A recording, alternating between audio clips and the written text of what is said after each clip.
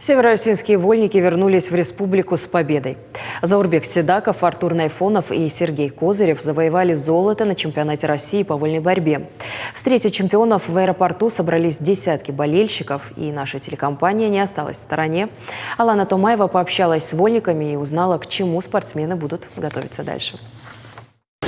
Показали хороший класс, лучше некуда. Поздравляем всех. Заурбек, если хочу сразу.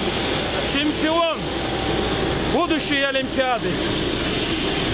В аэропорту Беслана в очередной раз десятки людей. Дети и взрослые приехали сюда, чтобы встретить своих чемпионов. Накануне в Улан-Удэ прошел чемпионат России по вольной борьбе. Наши спортсмены Заурбек Седаков, Артур Найфонов и Сергей Козырев завоевали золото в своих весовых категориях. Мы рассчитывали на такой результат, готовились долго с тренерами своими и довольны результатом, потому что завоевали эту лицензию и, скорее всего, надеемся, будем представлять сборную команду нашей страны. Хотелось бы, поблагодарить, как Заур уже упомянул, людей, которые поехали с нами туда, несмотря на расстояние, они собрались вместе с нами, полетели и поддержали нас. Это было очень важно для нас, и это очень сильно бодрило нас и подстегивало на победу.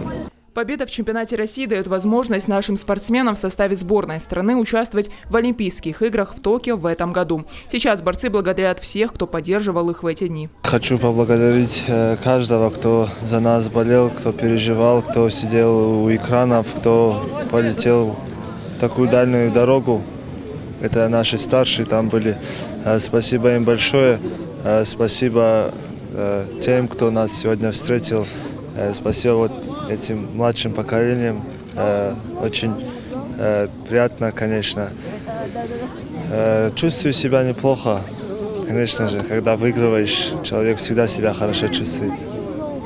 Так что спасибо всем.